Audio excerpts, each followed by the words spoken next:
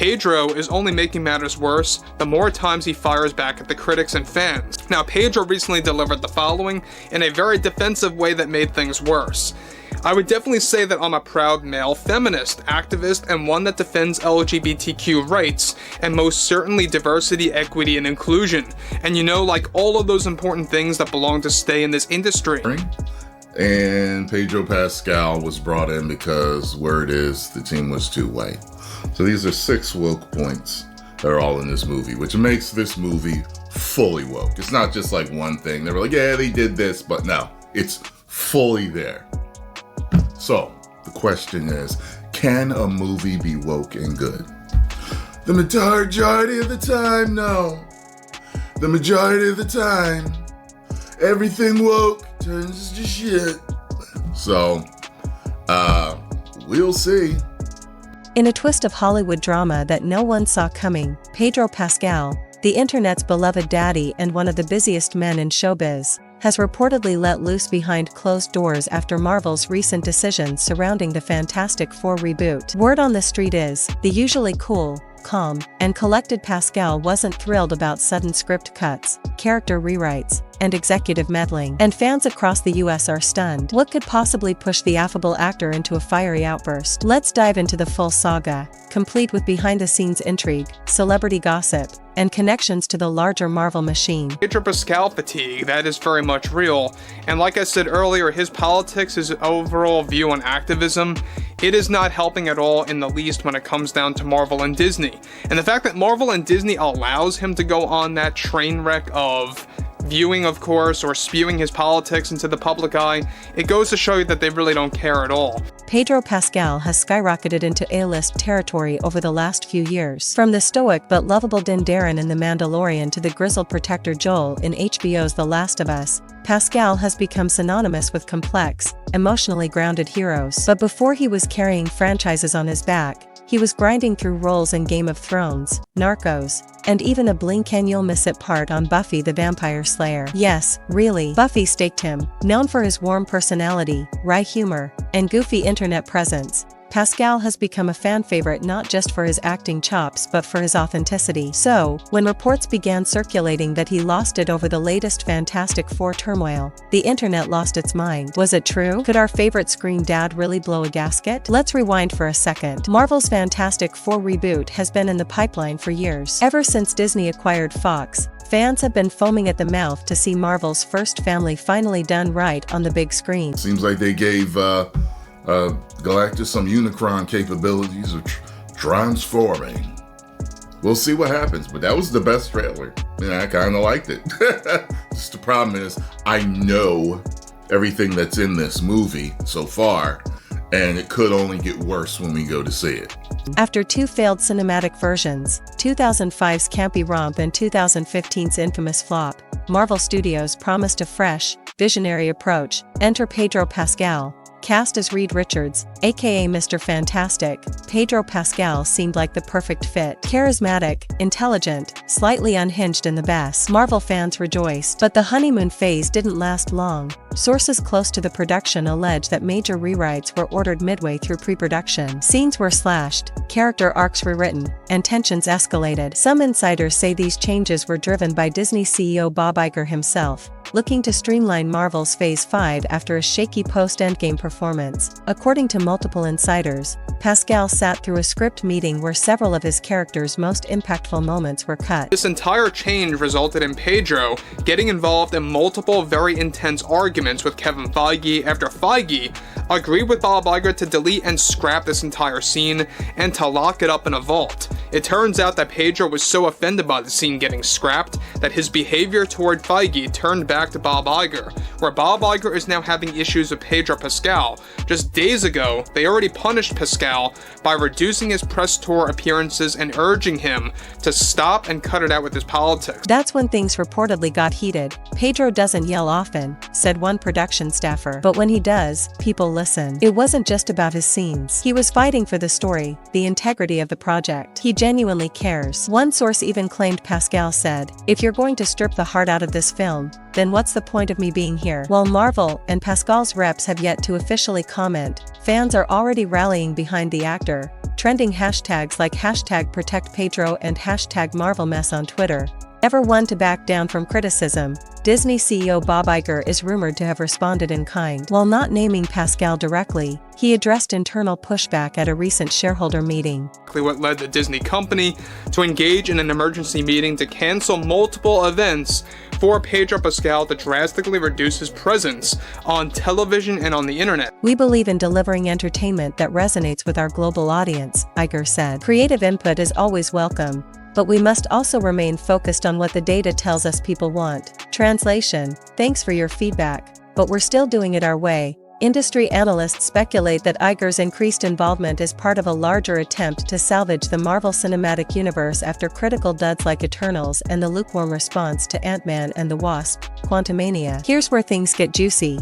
Whispers on set say that Pascal and co-star Vanessa Kirby, cast as Sue Storm, clashed creatively. Nothing dramatic, more like creative tension. Kirby allegedly supported the changes, believing they brought more emotional realism. Meanwhile, Joseph Quinn, Johnny Storm, tried to play peacemaker, joking that they should just settle it with a family therapy session. Fantastic style. Another surprising twist? John Krasinski, who famously cameoed as Reed Richards in Multiverse of Madness, apparently sent Pascal a bottle of whiskey with a note that read, "Good luck being the smartest man in the universe. It's harder than it looks." As soon as whispers of Pedro Pascal's explosive reaction on the Fantastic Four set began to circulate, the internet exploded like it was opening weekend for Avengers: Endgame. US fandom spaces were the first to ignite, and boy, did they go nuclear. TikTok became ground zero for Gen Z sleuths and dramatists alike. Within hours, creators were lip-syncing reenactments of the alleged outburst, adding fire emojis, slow-motion walk-offs, and even Marvel soundtracks for dramatic effect. One creator's skit of Pedro flipping a table during a fake script meeting racked up 5 million views in 48 hours. Over on X, formerly Twitter, things took an even sharper turn. Hashtags like #ProtectPedro, #MarvelMeltdown, and #ReedDeservesBetter trended nationally. Fans posted long threads analyzing past interviews where Pascal may have been hinting at trouble. One viral tweet paired his recent red carpet moment, where he jokingly muttered, "Oh, I'm just surviving," with the caption, "He's been telling us y'all. We just weren't listening." YouTube wasn't far behind. Channels like Heavy Spoilers, New Rockstars, and Emergency Awesome pumped out hour-long reaction videos with thumbnails like Pascal vs. Marvel, Who's Right, and the beginning of the end for the MCU. One body language expert even broke down a Comic-Con panel from last year, claiming Pascal's subtle jaw clench during a Fantastic Four question was textbook suppressed frustration. Sure, January. Meanwhile, Reddit turned into the MCU's unofficial courtroom. On our /Marvel Studios spoilers and our /Fantastic Four, heated debates erupted. Some fans praised Pascal for defending narrative depth, calling him a true artist in a room full of suits. Others worried that even top-tier talent was starting to lose faith in Marvel's creative vision. Fan art flooded Instagram and Tumblr, reimagining a what-if universe where Pascal's Reed Richards got the rich emotional arc that apparently ended up on the cutting room floor. One artist depicted Reed standing alone amid swirling quantum particles, with the quote, "What's the point of me being here?" etched beneath, instantly iconic. In short, the fandom wasn't just reacting, it was galvanizing. And in today's media landscape, where online passion can dictate studio decisions, Marvel had every reason to pay attention. Let's be clear, this Pedro Pascal saga didn't erupt in a vacuum. It's merely the latest tremor in what fans and insiders alike are calling a full-blown Marvel identity crisis. Since the triumphant highs of Avengers: Endgame, Marvel's once mighty brand has been wobbling like an out-of-sync multiverse. Projects in phases 4 and 5 have ranged from mildly promising to what was that? The grand experiment of churning out content for both theaters and Disney stretched resources and audience patience, to the breaking point. Eternals was labeled a misfire. Thor: Love and Thunder leaned so hard into camp it alienated longtime fans. Secret Invasion had Samuel L. Jackson and still managed to feel forgettable. And Ant-Man and the Wasp: Quantumania? It introduced Marvel's supposed next big bad and somehow made him feel small. Behind the scenes, things looked even messier. VFX artists publicly voiced concerns about being overworked. Writers were caught in strikes. Directors seemed unsure whether they were making cinema or content algorithms. Now layer Pedro Pascal's outburst on top of that shaky pile. It didn't just sting because he's a big name, it hurt because he was supposed to represent Marvel's new era. Pascal is not just a franchise star, he's a brand of authenticity. If he is fed up, it sends a clear signal. The Marvel machine might be too broken even for its most bankable talent. And let's not forget, Bob Iger's return to Disney brought with it a much more numbers-driven approach. He's been openly vocal about trimming costs, cutting content, and streamlining operations. Creative passion, it seems, has had to wrestle with corporate pragmatism. Pascal's frustration may well reflect that growing schism.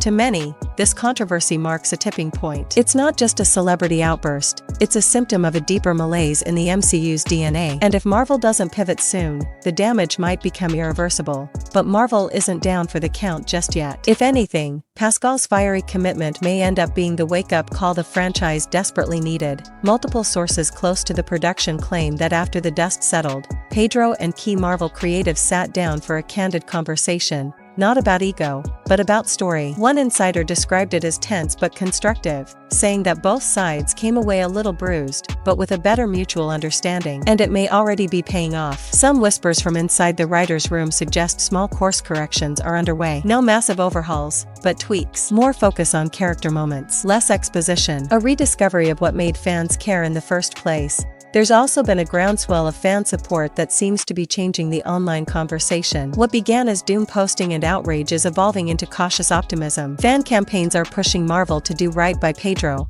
and others are calling for creative collaboration over corporate compromise. Even Disney seems to be reading the room. Reports say internal memos are being circulated urging executives to prioritize fan trust and creative excellence in upcoming phases. Whether that's PR spin or genuine intent, only time will tell. But at least it suggests the message is getting through. And Pedro? He hasn't walked away. In fact, in a recent interview for a Last of Us promo, when asked about his Marvel future, he grinned and said, "We're working on it. Patience, my friends." So maybe, just maybe, there's still a chance for Marvel's Fantastic Four to not only reboot a legendary team but rekindle the heart of the MCU itself. Because if Pedro Pascal is still fighting for it, maybe fans should too. Pedro Pascal's reported outburst over the Fantastic Four reboot isn't just celebrity gossip, it's a litmus test for the state of modern blockbuster filmmaking. Are we witnessing the collision of art and commerce, of actor-driven storytelling versus algorithmic entertainment? Whatever happens next, one thing is clear, fans across the US, and the world, are watching closely. And if Marvel wants to reclaim its throne, it might do well to listen to the passion behind Pedro Pascal's very public, very human moment. After all, isn't that what made Marvel special to begin with?